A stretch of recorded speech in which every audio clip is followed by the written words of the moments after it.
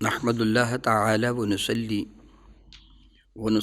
علی رسولہ المجتبی وعلی آلہ وصحبہ وبارک وسلم دائما ابدا اما بعد اعوذ باللہ من الشیطان الرجیم بسم اللہ الرحمن الرحیم بحمد اللہ تعالیٰ کہ رب ذوالجلال کے احسان و کرم سے آج آپ کا سبق شروع ہوگا سورۃ الانشقاق سے۔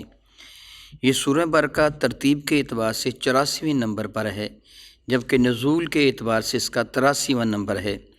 یہ سورہ برکہ مکہ مکرمہ میں نازل ہوئی۔ اللہ اکبر۔ رب کائنات جل مجدہ نے اس سورہ بارکہ میں بھی قیامت کا تذکرہ فرمایا ہے۔ صاحب تفسیر خزائن کے مطابق اس میں ایک رکوع، 25 آیات مبارکہ، 107 کلمات اور 403 حروف ہیں۔ ملاحظہ فرمائیے۔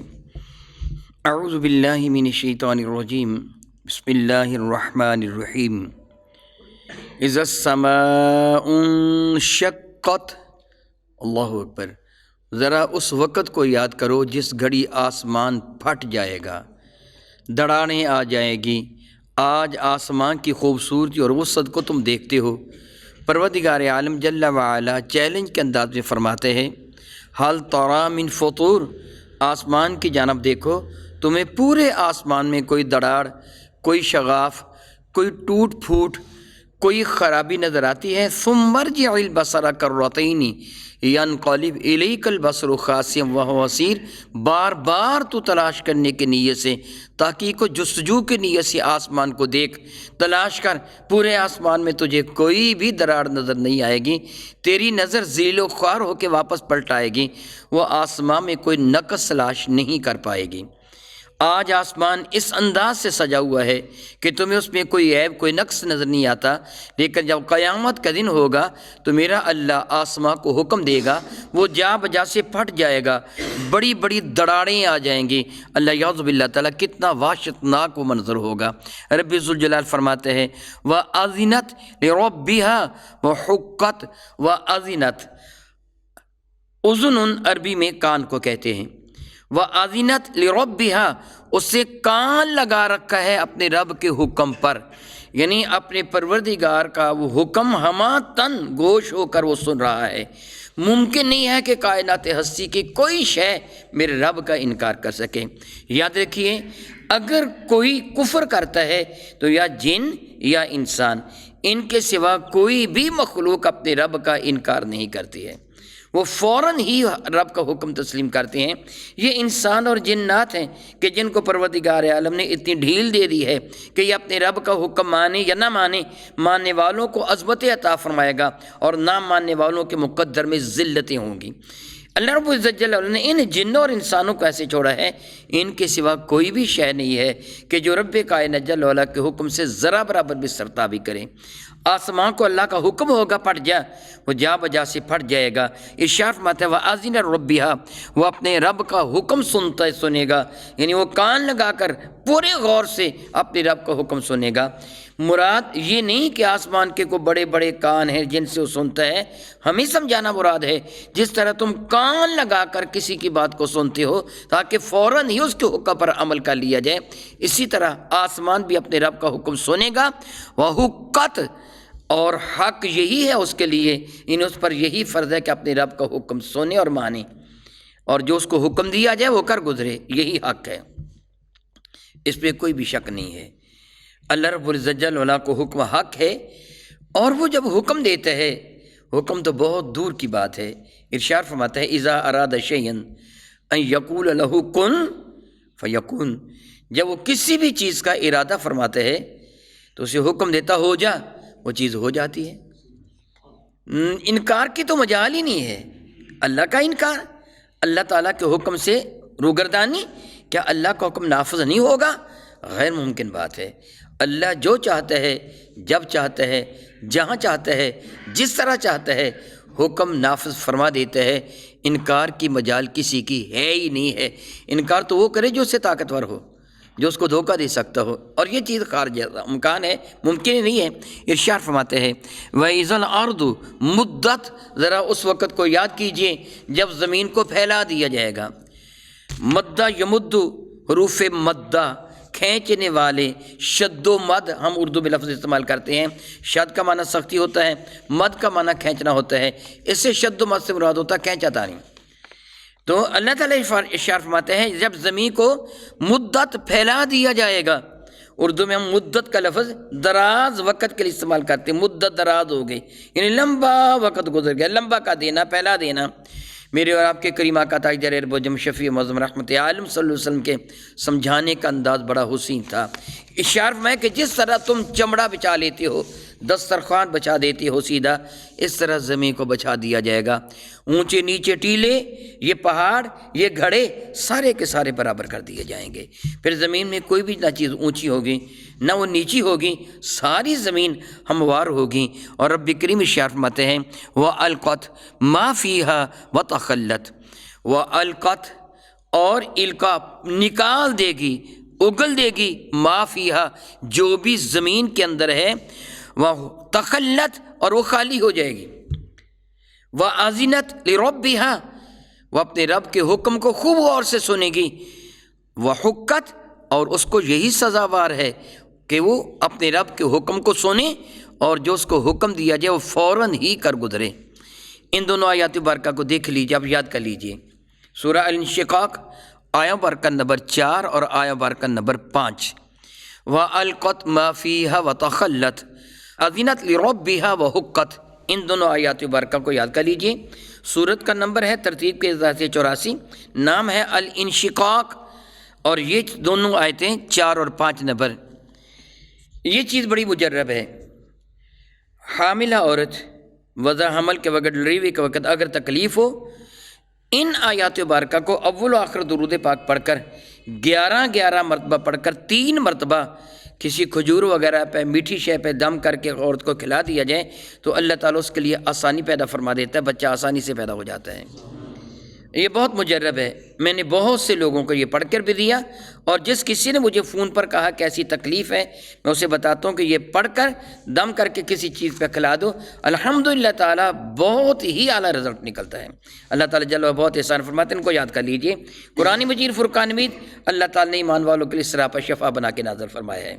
یہ حدیث مبارکہ نہیں ہے، بزرگوں کا قول ہے جو میں نے آپ کے سامنے ذکر کیا ہے۔ ان آیات مبارکہ کی تشریح اور تفسیر کیا ہے؟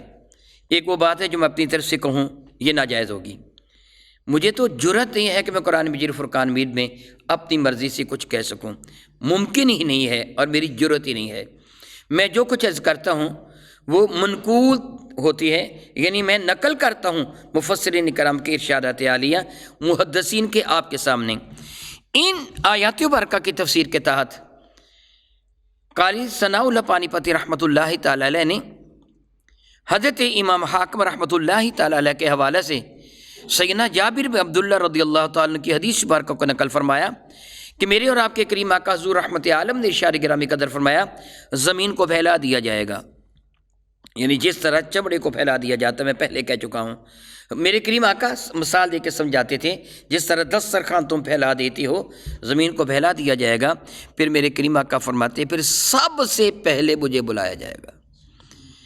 اور دوسری روایت جو ابو القاسم نے دیباج میں بہترین سند حسن کے ساتھ حضرت ابن عمر سے بیان کی ہے، اس میں یہ حضور فرماتے سب سے پہلے قیامت کے جب زمین کو اللہ تعالیٰ جل وعلا تخلیق فرما دے گا، یاد رکھیے پہلے نفخہ کے وقت تو سب کچھ ہی ختم ہو جائے گا، کائنات میں کچھ بھی نہ رہے گا، کل من علیہ فان، سب کچھ ختم ہو جائے گا، کوئی بھی شے باقی نہ رہے گی، اور نہ زمین نہ آسمان، تحت و فوق زمین و یمان جو بھی ہے، عرش کرسی لوح قلم جو بھی سب کچھ ختم ہو جائے گا، کچھ بھی باقی نہ رہے گا، الا وجہ ربک ذو الجلال والاکرام، اگر باقی رہنے والی کوئی ذات ہوگی تو میرے رب کی ذات ہوگی، میرا اللہ ہوگا جو باقی ہے، اس کے سوا تو کچھ بھی باقی نہ ہوگا۔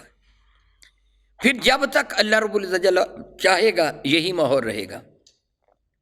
کتنا عرصہ ہے اس حقیقت سے میرا اللہ واقف ہے، یا اللہ کے بتانے سے میرے نبی واقف ہے۔ جب وہ وقت گزر جائے گا جو میرے اللہ کو منظور ہوگا، میرا اللہ پھر اسرافیل کو پیدا فرمائے گا، پھر سور کو پیدا فرمایا جائے گا، پھر اس سے حکم دے گا کہ تھونک، سور پھونکا جائے گا، پھر ملائکہ بھی پیدا ہو جائیں گے، عرش و کرسی، لوح قلم، زمین و آسمان، یہ سب کچھ پیدا ہو جائے گا۔ جب زمین پیدا ہوگی پھر انسانوں کو جب پیدا کرنے کی باری آئے گی تو میرے کریم فرماتے ہیں سب سے پہلے اپنی قبر انور سے میں مصطفیٰ کریم تشریف لاؤں گا۔ یہ میرے آقا کا وہ شان اول ہونا ہے، سب سے پہلے میرے کریم فرماتے ہیں میں اپنی قبر انور سے باہر تشریف لاؤں گا۔ اس وقت جبریل اپنے رب کے حضور حاضر ہوں گے۔ لفظ داہنی جانب ہے، میں نے جان بوجھ کے نہیں کہا، اللہ تعالیٰ کے سارے جوانب ہی داہنے ہیں، برکتوں والے ہیں، یمین ہیں۔ اللہ تعالیٰ کے حضور جبریل امین بھی حاضر ہوں گے اور وہ خاموش ہوں گے، یعنی ان کی جرت نہیں ہوگی کوئی بات کر سکیں۔ میرے کریم نے فرمایا اس وقت سے پہلے جبریل نے اپنے رب کا دیدار نہیں کیا ہوگا، یعنی جبریل اب جو بارگاہ رب العزت سے وہی لے کر انبیاء علیہ السلام کی خدمت میں حاضر ہوتے ہیں، میں ورائل حجاب ہوتا ہے کہ اللہ تعالیٰ کا حکم سنتے ہیں، اللہ تعالیٰ کی زیارت نہیں کرتے۔ قیامت کے دن جبریل بارگاہ رب العزت میں حاضر ہوں گے، میرے کریم آقا فرماتے میں بھی موجود ہوں گا، جبریل خاموش ہوں گے، پھر اللہ تعالیٰ جل وعلا ارشاد فرمائے کہ جبریل نے جو کہا وہ سچ کہا، یعنی اے محبوب مکرم علیہ الصلوۃ والسلام، جبریل امین جو تم پر قرآن کریم لے کے آئے، جو انبیاء علیہ السلام کی خدمت میں جو میری جانب سے وہی لے کے آئے، یہ امین ہیں، یعنی امانت دار ہیں، انہوں نے اس میں کچھ بھی خیانت نہیں کی۔ گویا اللہ تعالیٰ جل وعلا جبریل کی یہ خوبی کا ذکر فرمائے گا، اور پھر میرے کریم آقا فرماتے اللہ رب العزت جل وعلا مجھے اجازت شفاعت مرحمت فرمائے گا۔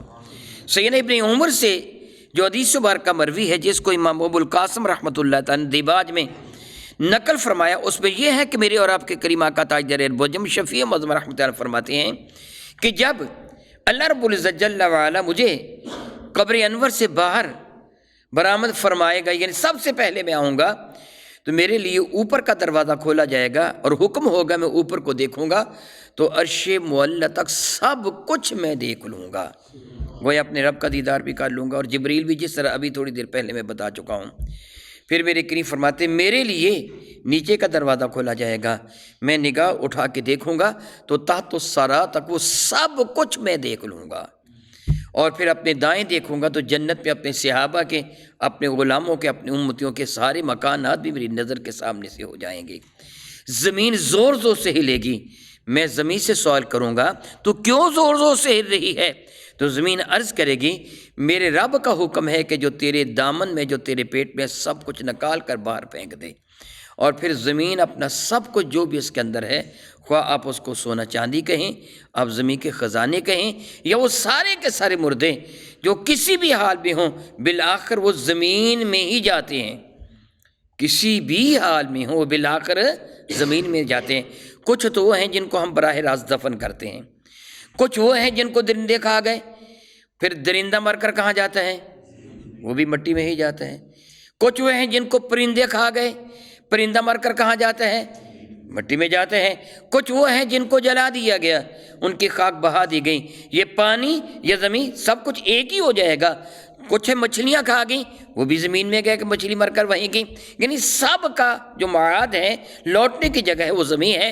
پھر زمین اپنے سارے خزانے اور سارے مردوں کو باہر نکال پھینکے گی، یعنی سارے انسان زندہ ہو کر زمین سے باہر نکل آئیں گے۔ مثال سے میں سمجھا نہیں سکتا، میں سمجھانے کے لیے یہ عرض کر سکتا ہوں کہ جس طرح زمین سے پیداوار وہ فصلیں اگتی ہیں، یا بارش کے موسم میں زمین سے کیڑے مکوڑے نکلتے ہیں، سارے انسان زمین سے نکل آئیں گے، اور زمین کے سوا ان کا کوئی بھی مسکن نہیں ہوگا۔ میرے اور آپ کے کریم آقا تاجدار البجم شفیع معظم رحمۃ اللہ فرماتے ہیں کہ پھر میں اللہ تعالیٰ جل وعلا کے حضور سجدہ کروں گا اور میرا رب مجھے اجازت شفاعت عطا فرمائے گا۔ یہ وہ مقام ہے جس کو اللہ مقام محمود ارشاد فرما رہا ہے۔ سبحان اللہ تعالیٰ و بحمدہ، سبحان اللہ تعالیٰ و بحمدہ۔ گویا میرے کریم آقا رسول عربی شفیع معظم رحمۃ اللہ کی شان شفاعت کا قیامت کے دن اظہار ہوگا، اور پھر میرے نبی کے فرق ناز پر شفاعت کا تاج سجایا جائے گا۔ سب سے پہلے جو شفاعت کرنے والے ہیں وہ میرے کریم آقا رسول رحمت ہوں گے، صلی اللہ تعالیٰ علی حبیبہ دائما ابدا۔ رب ذوالجلال ارشاد فرماتے ہیں وَأَلْقَتْ مَا فِيهَا وَتَخَلَّتْ، جو کچھ زمین میں ہے وہ سب کچھ اگل دے گی، وَتَخَلَّتْ اور خالی ہو جائے گی، زمین کے اندر کوئی بھی شے باقی نہیں رہے گی، سب کچھ باہر برآمد ہو جائے گا۔ وَأَذِنَتْ رَبِّهَا، اس کو یہ فرض ہے، لازم ہے کہ وہ اپنے رب کا حکم کان لگا کے سنیں، غور سے سنیں۔ وَحُقَّتْ، اور اس پر یہ فرض ہے، اس کے لیے یہی سزاوار ہے۔ یعنی ممکن نہیں ہے کسی کی کہ اپنے رب کے حکم سے سرتابی کر سکے، ممکن نہیں ہے۔ نافذ جو وہی فرماتا ہے، جو چاہتا ہے دیتا، حکم دیتا ہے، اور جو چاہتا ہے وہی کچھ ہوتا ہے۔ ارشاد فرماتے ہیں یا ایھا الانسان، اے انسان، اے نسل آدم کا ہر فرد بشر، مرد ہے، عورت ہے، جوان ہے، بوڑھا ہے، بچہ ہے، کوئی بھی کیوں نہیں ہے، اے انسان، انک کادح، بے شک تو بڑی کوشش کر رہا ہے، الی ربک قدحا فملاقی، اپنے رب کی جانب، اور پوری کوشش کرنا، پس تو تیری اس کے ساتھ ملاقات ہو جائے گی، تجھے اس کے ساتھ ملنا ہے۔ قدحن، استغد، اور کوشش کو عربی میں کہتے ہیں جو آدمی کسی منزل کے حصول کے لیے کرتا ہے، خواہ کسی بھی انداز سے کرے، وہاں پہنچنا ہے، پیدل چلنا، پیدل چیز کو حاصل کرنا تو کوشش کرنا، کسی بھی وہ کوشش یا تکلف کے ساتھ کوشش کرنا، عربی میں قدحن اسے کہتے ہیں۔ ہر انسان کوشش میں ہے، میں بھی کوشش میں ہوں، آپ بھی کوشش میں ہیں، ہر بندہ کوشش میں ہے۔ اللہ اکبر۔ کسی کی کوشش اللہ کو راضی کرنے کی ہے، کسی کی کوشش دنیا کا مال جمع کرنے کی ہے، کوئی شیطان کے پیچھے دوڑ رہا ہے، کہ رحمان کے حضور سر جھکائے حاضر ہے۔ ہر کوئی بندہ اپنی اپنی کوشش میں لگا ہوا ہے۔ اللہ اکبر۔ وہ دودھ پیتا بچہ جسے فہم و شعور کی دولت بھی ابھی عطا نہیں کی گئی، جس کو بھی عقل کا پتہ ہی نہیں ہے، آنکھیں ہیں مگر دیکھ نہیں سکتا، اس کے ہاتھ ہیں مگر پکڑ نہیں سکتا، پاؤں ہیں مگر چل نہیں سکتا، ٹانگیں ہیں مگر کھڑا نہیں ہو سکتا، دماغ ہے مگر سوچ نہیں سکتا، کان ہیں سن نہیں سکتا، اسے یہ بھی نہیں پتہ کہ میں دنیا میں آیا ہوں کہ نہیں آیا۔ جب بھوک ستاتی پھر وہ کوشش کرتا ہے، روتا ہے، جب ماں سے اپنے سینے سے لگا لیتی ہے پھر وہ کوشش کر کے دودھ پیتا ہے، گویا اب یہ پیدا ہوتا ہی کوشش کر رہا ہے، توغدو میں لگا ہوا ہے، کھینچا تانی میں لگا ہوتا ہے، آخری سانس تک اس کی کوشش ہی ہوتی ہے، خواہ وہ کوشش نیکیاں جمع کرنے کی ہو، خواہ وہ کوشش مال و دولت یا گناہ جمع کرنے کی ہو، یا کچھ بھی جمع کرنے کی ہو، ہمہ وقت یہ کوشش میں لگا ہوا ہے۔ فملاقی ہی، پھر اسے اپنے رب کی حضور حاضر ہونا ہے، اپنے رب کو ملنا ہے۔ اے کاش یہ احساس ہمیں ہو جائے اور ہماری سوچ پر یہ احساس غالب آ جائے کہ میں جو کر رہا ہوں مجھے اپنے رب کے حضور حاضر ہو کر اس کا حساب دینا ہے۔ اے کاش ہمیں یہ احساس ہو جائے کہ میں جو بھی کر رہا ہوں اپنے رب کے حضور حاضر ہو کر میں نے اس کا حساب دینا ہے۔ پھر میرا اللہ ارشاد فرماتا ہے وَلِمَنْ خَافَ مَقَامَ رَبِّهِ جنتان، جو قیامت کے دن اپنے رب کے حضور کھڑا ہونے سے ڈر گیا، یعنی اس نے اپنے آپ کو گناہوں سے بچا لیا، ڈر گیا، جنتان میں اللہ اس کو 2 جنتیں عطا فرماؤں گا۔ جو میرے حضور حاضر ہونے سے پتہ تو ہے ہر کسی کو کہ میں نے مرنا ہے، اور ہم پر اللہ کا احسان ہے کہ ایمان کی دولت عطا فرمائی، اور ہمیں یقین ہے کہ میرے نبی نے جو فرمایا وہ سچ فرمایا، ہمیں یقین ہے۔ پھر افسوس تک حقیقت ہے اس یقین کے باوجود بھی ہم گناہ کرتے ہیں۔ زمانہ تھا سیدنا فاروق اعظم رضی اللہ تعالی عنہ کا، ایک آدمی بڑی پابندی کے ساتھ، بہت ہی پابندی کے ساتھ نماز عشاء اور نماز فجر مسجد نبوی شریفہ میں سیدنا فاروق اعظم کی اقتداء میں وہ ادا کیا کرتا تھا۔ باقی نمازیں ضروری نہیں تھا کہ وہ ہر نماز کے لیے آتا، شاید وہ کام کاج کی سلسلہ میں دائیں بائیں وہ دوسری نمازیں پڑھتا تھا، یقیناً پڑھتا تھا، لیکن یہ 2 نمازیں وہ پابندی کے ساتھ مسجد نبوی شریفہ میں پڑھتا تھا۔ ایک صبح کا ذکر ہے، وہ بندہ نماز کے لیے حاضر نہ ہوا تو سیدنا فاروق اعظم رضی اللہ تعالیٰ عنہ نے ساتھیوں سے فرمایا وہ جو بڑی پابندی کے ساتھ نماز کے لیے آیا کرتا تھا، آج فجر میں وہ حاضر نہیں ہوا، اس کی خیریت دریافت کریں، خدا نخواستہ وہ بیمار تو نہیں ہے۔ سبحان اللہ و بحمدہ، نماز کتنی ایک اعلیٰ عبادت ہے کہ جب سارے دوست ہر 5 وقت جمع ہوتے ہیں ایک دوسرے کی خیریت کا پتہ چلتا ہے۔ اگر کوئی ناغہ کرے تو پھر خطرہ ہوتا ہے اسے کچھ ایسی بات نہ ہو، اس کی پھر تیمارداری کے لیے چلے جاتے ہیں۔ فاروق اعظم ساتھیوں کو ساتھ لے کر نمازیوں کو اس کے باپ کے گھر تشریف لے گئے، جانتے تھے کون ہے، مدینہ طیبہ کا باشندہ تھا، میں نہیں جانتا ہو سکتا وہ صحابی ہو، واللہ تعالیٰ علم، اللہ تعالیٰ اس حقیقت سے واقف ہے۔ سیدنا فاروق اعظم رضی اللہ تعالیٰ عنہ اس کے باپ کے گھر گئے، دروازہ کھٹکھٹایا، اس کا باپ باہر نکلا، بڑا غم زدہ تھا، معلوم ہوتا تھا کہ روتا ہوا آیا ہے۔ آپ نے اس سے سوال فرمایا سیدنا فاروق اعظم نے، بھائی خیریت ہے؟ تیرے بیٹے کا کیا حال ہے؟ آج نماز فجر کے لیے کیوں نہیں آیا؟ وہ بیچارہ بلک بلک کے رو پڑا۔ آپ نے اسے تسلی دی، فرمایا بات کر، ہوا کیا ہے؟ خیریت ہے تیرے بیٹے کے لیے؟ تو اس نے کیا، حضور وہ رات فوت ہو گیا۔ فرمانے لگے وہ تو اچھا بھلا تھا، نماز عشاء اس نے ہمارے ساتھ ادا کی ہے۔ اس زمانہ میں اتنی کثرت سے یہ ہارٹ اٹیک کے مرض نہیں ہوا کرتے تھے کہ فلاں کو اٹیک ہو گیا، فلاں نہیں، ایسے بہت زیادہ ہوتے تھے، شاید و نادر ہی۔ آپ فرمانے لگے اچھا بھلا تھا، اس زمانے میں جو ایکسیڈنٹ بھی نہیں ہوتے تھے، ہوا کیا تھا اسے؟ وہ کہنے لگا حضور قصور میرا ہے، میری غلطی ہے۔ فرمانے لگے دس بتا ہوا کیا؟ اس سے عرض کیا کہ حضور میرا وہ بیٹا روزانہ نماز عشاء آپ کے ساتھ ادا کر کے گھر آتا تھا، میری خدمت کرتا اور پھر وہ اپنے گھر کو چلا جاتا تھا، یعنی اس کا گھر الگ تھا، بیوی بچے الگ تھے، میں الگ رہتا، میری خدمت کرتا پھر وہ چلا جاتا تھا۔ حضور آج راتوں نہیں آیا، نماز عشاء کے بعد میں نے انتظار کیا کہ وہ آئے گا مگر نہیں آیا۔ میں پریشان ہوا کہ میرے بیٹے نے تو کبھی بھی ناغہ نہ کیا تھا۔ میں گھر سے باہر نکلا تو حیران ہو گیا، میرا بیٹا میرے دروازے میں بے ہوش پڑا تھا، میرے دروازے کے آگے میرا بیٹا پڑا تھا، بے ہوش تھا۔ میں نے بمشکل تمام اسے اٹھا کے اپنے گھر لے کے آیا، اس کے منہ پہ ٹھنڈے پانی کے چھینٹے دیے، ہاتھ پاؤں وغیرہ کا مساج کیا یا جو کچھ بھی کیا، وہ ہوش میں آ گیا۔ میں نے اس سے پوچھا بیٹے خیریت تھا، تجھے کیا ہوا؟ تو اسے کہا ابا جانے دو، جو ہوا سو ہوا، اب مجھ سے کچھ نہ پوچھو، میں آپ کی خدمت کرتا ہوں، مجھے پھر اجازت دیجیے، میری بدقسمتی سمجھ لیجیے، میری بے وقوفی سمجھ لیجیے، میں نے ضد کی بیٹے بتا ہوا کیا؟ ہر ممکن کو ٹالتا رہا مگر میں اصرار کرتا رہا، بتا کیا ہوا، بتا کیا ہوا۔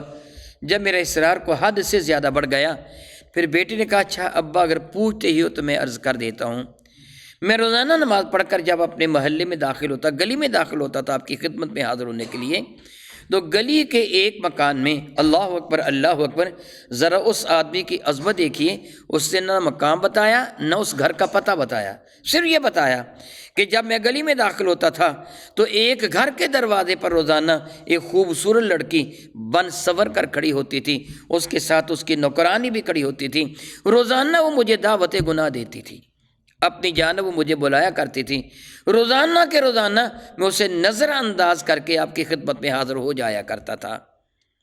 اور آج جب میں نے گلی میں قدم رکھا، تھوڑا آگے آیا، اس عورت کے دروازے کے قریب آیا تو وہ کھڑی تھی، اسی طرح بن سنور کے کھڑی تھی، اس سے مجھے دعوت گناہ دی، روزانہ ہی پیار بھرے انداز میں مجھے دعوت گناہ دیتی تھی، مجھے اب اندر طلب کرتی تھی مگر میں چھوڑ کے آ جایا کرتا تھا۔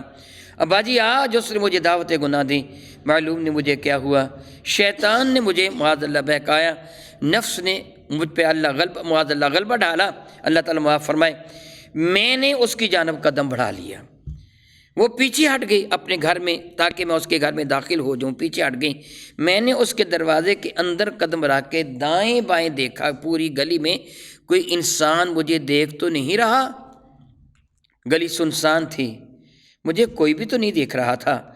اندر قدم رکھتے ہی میرے ضمیر نے جھنجھوڑ کر مجھے کہا ارے بے وقوف، تو نے گلی میں تو دیکھ لیا کہ کوئی تجھے دیکھ تو نہیں رہا، مگر تجھے حیا نہیں آیا کہ تیرا رب تجھے دیکھ رہا ہے۔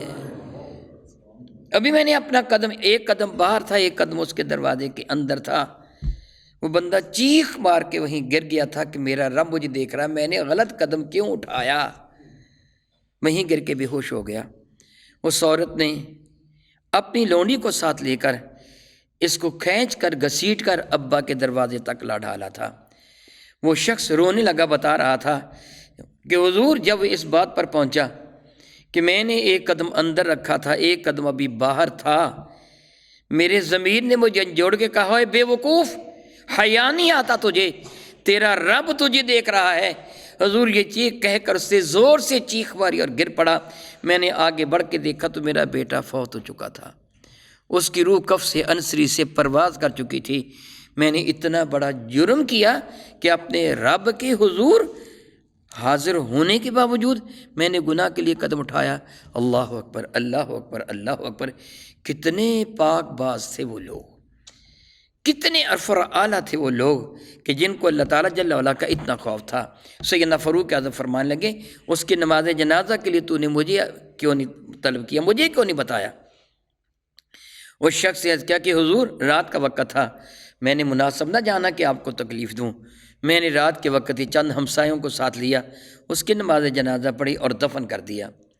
اس جگہ میں ایک بات عرض کر دوں، حدیث مبارکہ کا مفہوم بنتا ہے کہ اگر کسی ایمان والے کی نماز جنازہ میں ایک جماعت یعنی 3 سطریں، ایک روایت پہ 40 ہے، ایک روایت پہ 100 افراد ایمان والے نماز جنازہ میں شامل ہو جائیں تو اللہ تعالیٰ جل وعلا کی رحمت سے امید ہے کہ اللہ تعالیٰ اتنے لوگوں کی دعا کو رد نہیں فرمائے گا، میت کے حق میں قبول فرما کر اس کی بخشش فرما دے گا۔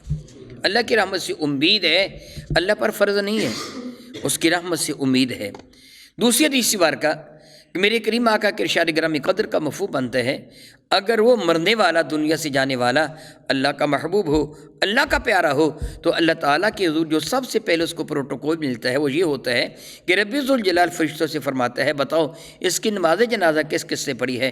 جب فرشتے عرض کرتے ہیں کہ فلاں فلاں نے پڑھی ہے تو رب کائنات ارشاد فرماتے ہیں گواہ ہو جاؤ جتنے لوگوں نے میرے اس محبوب بندے کی نماز جنازہ پڑھی ہے میں نے سب کی مغفرت فرما دی ہے، میں نماز جنازہ پڑھنے والے بخشے جاتے ہیں۔ تو ایسے نیکوکار کی نماز جنازہ سیدنا فاروق اعظم فرما لیں کہ تو نے مجھے کیوں نہیں بتایا؟ تو اس نے عرض کیا کہ حضور رات کا وقت تھا، میں نے مناسب سمجھا کہ امیر المومنین کو تکلیف نہ دوں، میں نے ان کو دفن کر دیا۔ فرمانے لگے مجھے بتا، میں اس کی قبر کی زیارت کرنا چاہتا ہوں۔ شرح الصدور فی احوال تذکرۃ الموت والقبور میں علامہ سیوطی نے یہ واقعہ نقل فرمایا جو میں آپ کو سنا رہا ہوں۔ فاروق اعظم رضی اللہ تعالیٰ کو ساتھ لے کر وہ بندہ بقیع شیفہ میں آیا اور ایک قبر جو تازہ بنی ہوئی تھی اس کی جانب اشارہ کر کے کہا یہ میرے بیٹے کی قبر ہے۔ علامہ سیوطی نقل فرماتے ہیں کہ حضرت فاروق اعظم اس کی قبر کے قریب کھڑے ہوئے اور فرمایا اللہ کے بندے، میں نے قرآن کریم میں یہ پڑھا ہے وَلِمَنْ خَافَ مَقَامَ رَبِّهِ جَنَّتَانِ، جو اپنے رب کی حضور کھڑا ہونے سے ڈر گیا اللہ اسے 2 جنت عطا فرمائے گا۔ تو بتا تیرے ساتھ تیرے رب نے کیا سلوک کیا؟ تو قبر سے آواز آئی اے امیر المومنین میرے رب نے مجھے 2 جنتیں عطا فرما دی ہیں۔ تو رب فرماتے ہیں یاد رکھو فَمُلَاقِيهِ، تمہیں اپنے رب کے حضور حاضر ہونا ہے، ملاقات کرنی ہے۔ اے کاش ہم اس بات کو یاد کر لیں، ہمیں اپنے رب کے حضور حاضر ہونا ہے، وہ چاہے تو ہمارا حساب لے، چاہے تو درگزر فرمائے، لیکن ہمیں تو تیاری کرنا ہوگی نا۔ اے رب کائنات جل وعلا، میں تیرے حضور تیرے اس پاک کلام کا صدقہ تیرے محبوب مکرم کا وسیلہ پیش کرتا ہوں۔ مولا تعالیٰ تو ہمیں زندہ رکھے تو ایمان کے ساتھ، ہمیں دنیا سے لے جائے تو ایمان کے ساتھ، قبر میں رکھے تو عزت کے ساتھ، اور قیامت انہیں اٹھائے تو عزت کے ساتھ۔ آمین ثم آمین، او کما قال اللہ تبارک و تعالی، واللہ تعالی اعلم باسرار کتابہ۔